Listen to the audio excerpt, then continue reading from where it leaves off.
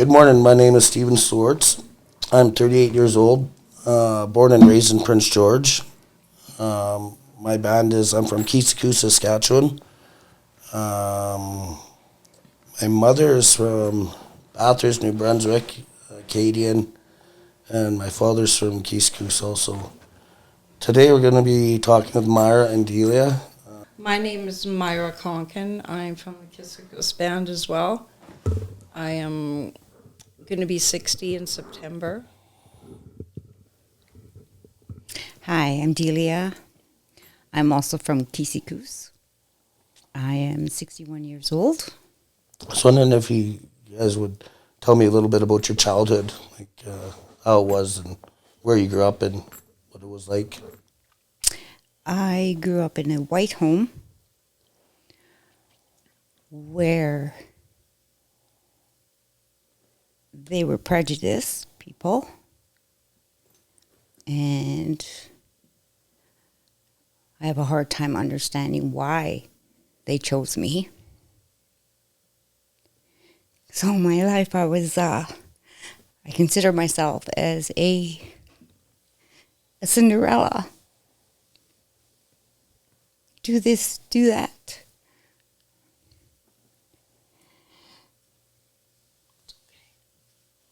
Oh, give me a minute.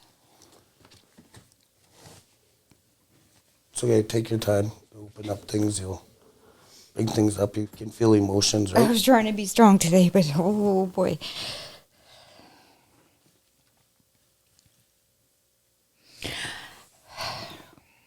I had the physical abuse, the mental abuse, and through my life, it has brought me to wanting to be loved and accepting love from different people, and at the same time, I also push them away. I have an understanding that when we were children, we used to be sold to families. Like families had the chance to buy us as Indigenous people. Do you guys know? Can you know anything about that? Or you told me you were chosen. I was wondering if that has something to do with that. Or Chosen. yeah, you said I don't know why they chose me. You stated.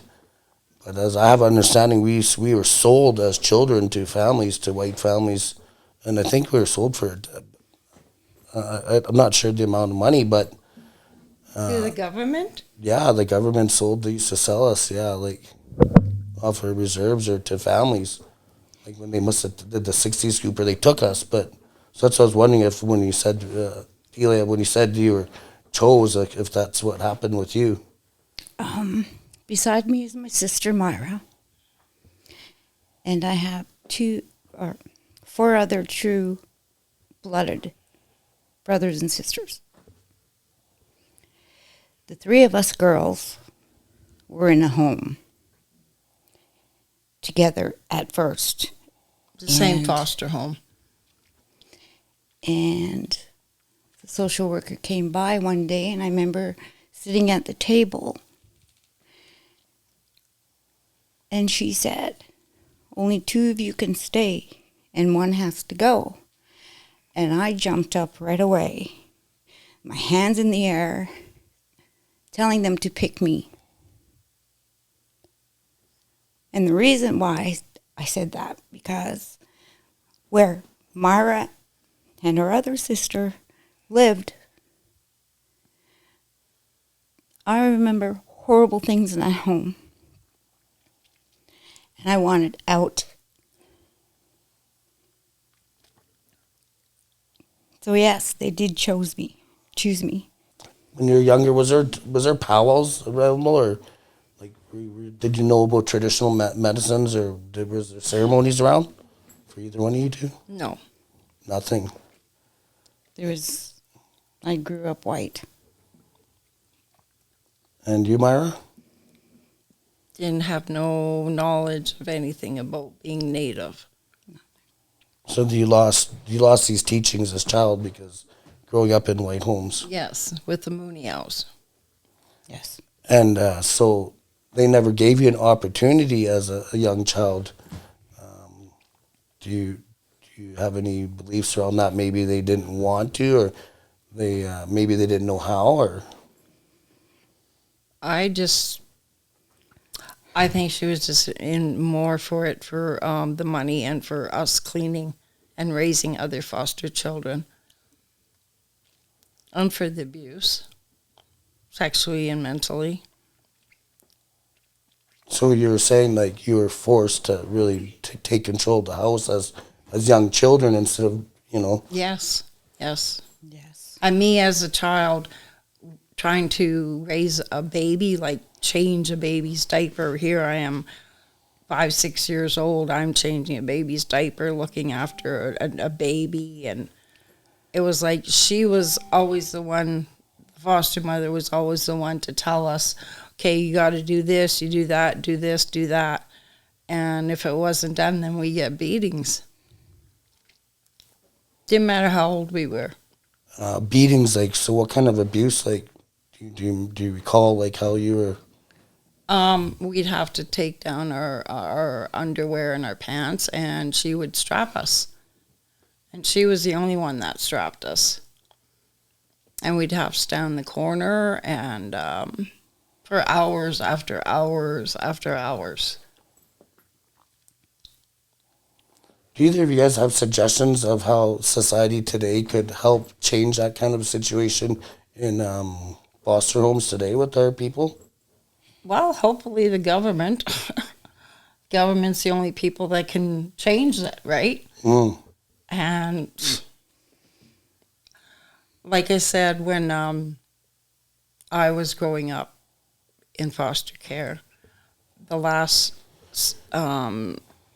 social worker I had, he had enough of the government because he saw he was taking our case on, and he went through everything. He got tired of the government not helping us kids in foster homes that were being abused. So he resigned. So, like I said, I don't trust the government. I don't. Are either of you guys residential school survivors? No, but our grandma and our great-grandma are survivors of the residential schools. How was that growing up with having grandparents and? Well, I didn't really get to know my family until I was like maybe 12, 13. It was my older sister, Linda, that actually went out, reached out, and looked for them. Oh, and found them. I only actually met our grandmother once. Yeah, once. Linda and Myra grew up together where I was off on my own. And the two boys grew up together. So I didn't have that, or we didn't have that sister's bond with one another. So we have a tough time through the years. I didn't connect with these guys till, late teens. Yeah, when I was like 15. I think I was 15, 14, 15. 16, 17, yeah, Linda would be 17. I'm the middle one, the middle girl. So being separated, I'm telling you, my mind's everywhere. We lost that bond.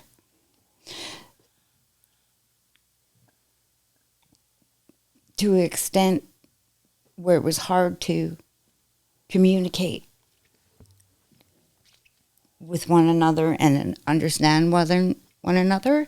So the separation with us, it's close, but it's not close. So yes, we need to keep the children together.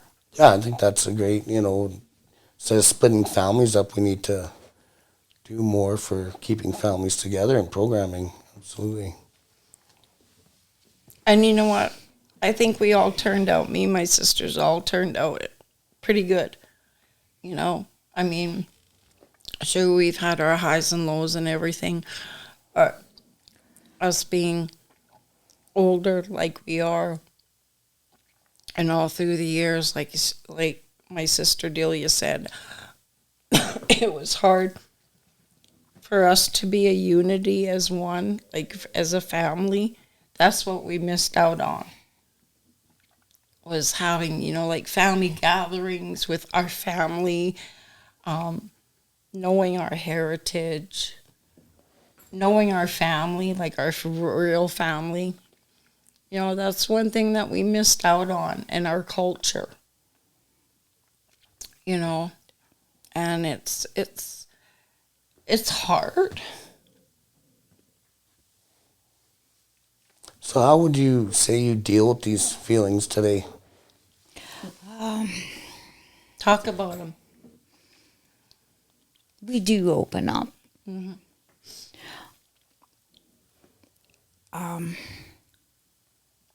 Sometimes I know I still carry a bit of a wall. I don't want that wall to be there, because there's things that I have not told them that I wish for them not to know.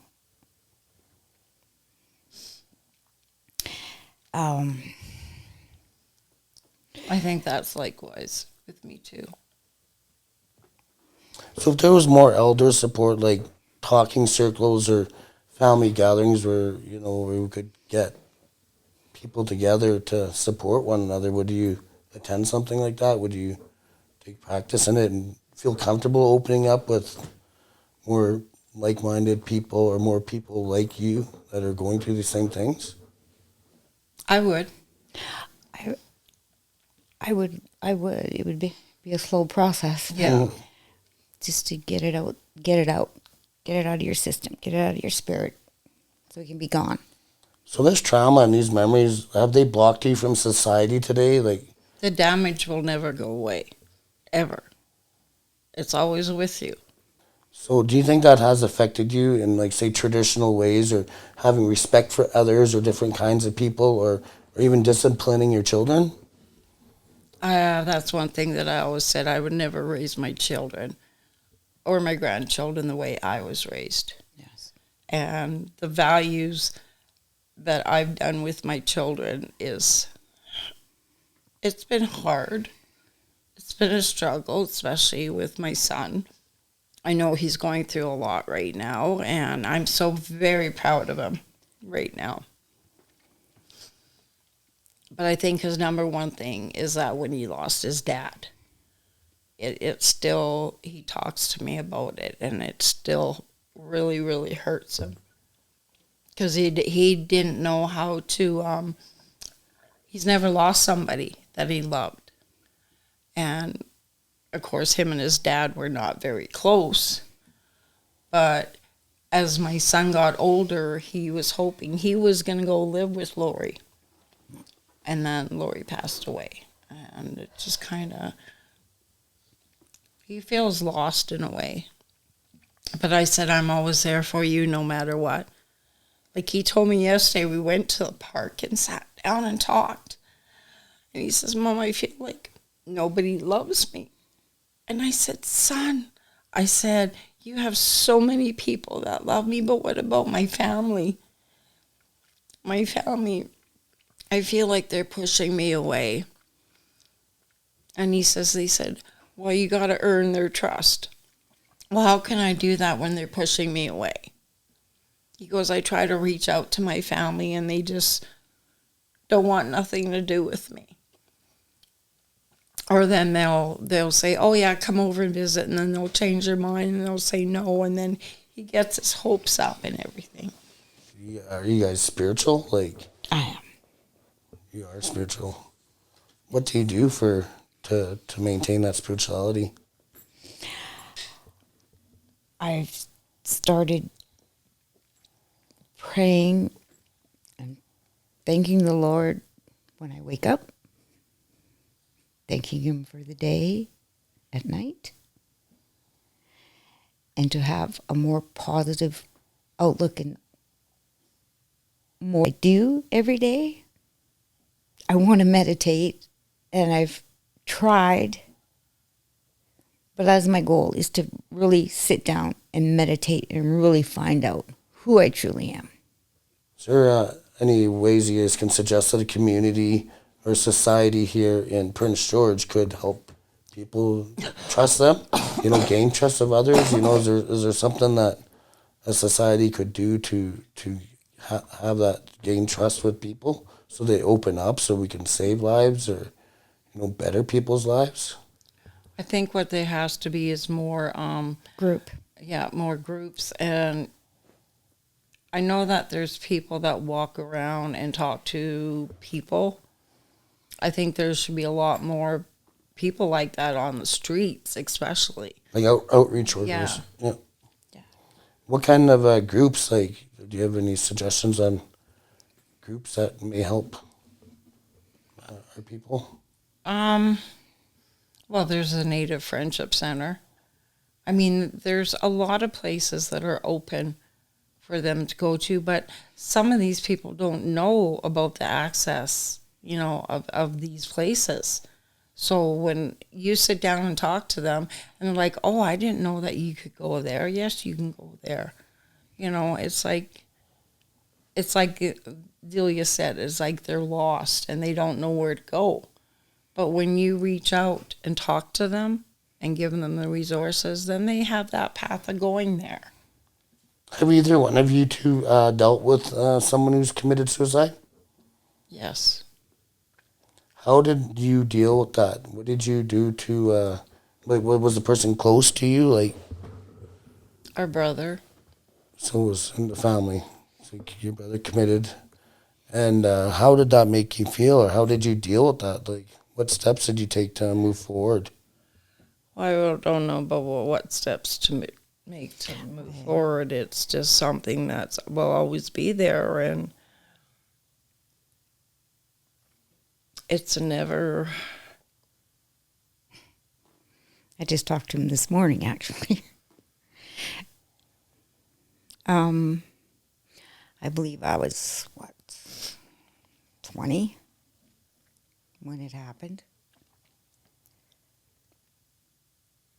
I talked to him a lot. Did I know him very well? No. I knew he was my brother. But because of the separation,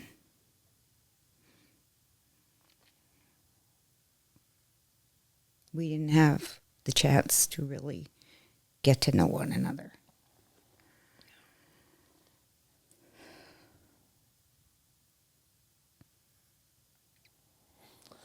And he committed suicide when he was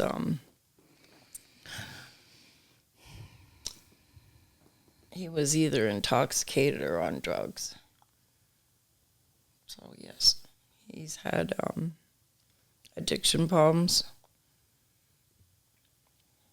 See, I did not know that. I didn't. There's been suggestions out there of, taking children and bringing them down to bad part of town or where addicted people are living or homeless people are living and stuff like that. And, stating, be here, or keep doing what you're doing. You're going to end up here, act the way you act. You're going to be in that jail kind of deal, That way of scaring children today, I don't believe is very helpful either. Do you have any suggestions on other ways other than a soft voice and looking in their eyes? Probably would be talking to them about certain things that have happened to you, and so that they know that this has happened to someone in your family and that they wouldn't want it to happen to them. So sharing the abuse of our lives would be, Only think would to be a beneficial? certain extent, yes. Beneficial to the children, right? Yeah. So That's what I was trying to explain before. So then opening up, and that's also helping the person speaking, right? Because you're opening up, also bringing that memory back up and maybe able to let it go, right? sharing with our children, Yes. our grandchildren. I would like to say I'm very happy that my sister came today to share what she had to say, and with us being together, because it's been months since we've seen each other. So I'm happy that she's here and for sharing her thoughts and everything. I'm very close with my children and grandchildren. Very, very close. So much so that my life basically revolves around them. And it doesn't have to. So I'm learning to pull back and get a life of my own to really, truly find out who I am. And just breathe.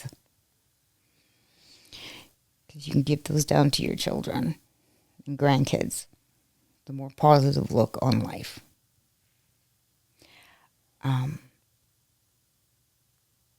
My children, one daughter is very, very spiritual, and she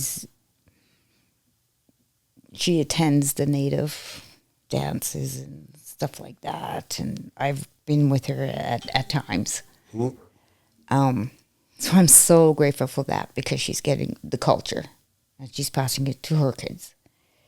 Whereas my other two children are different. Do I feel like I failed in that part? I'm not going to take it on my responsibility to say that I failed. It was because of the system that did not allow me to give them that. Of their own culture.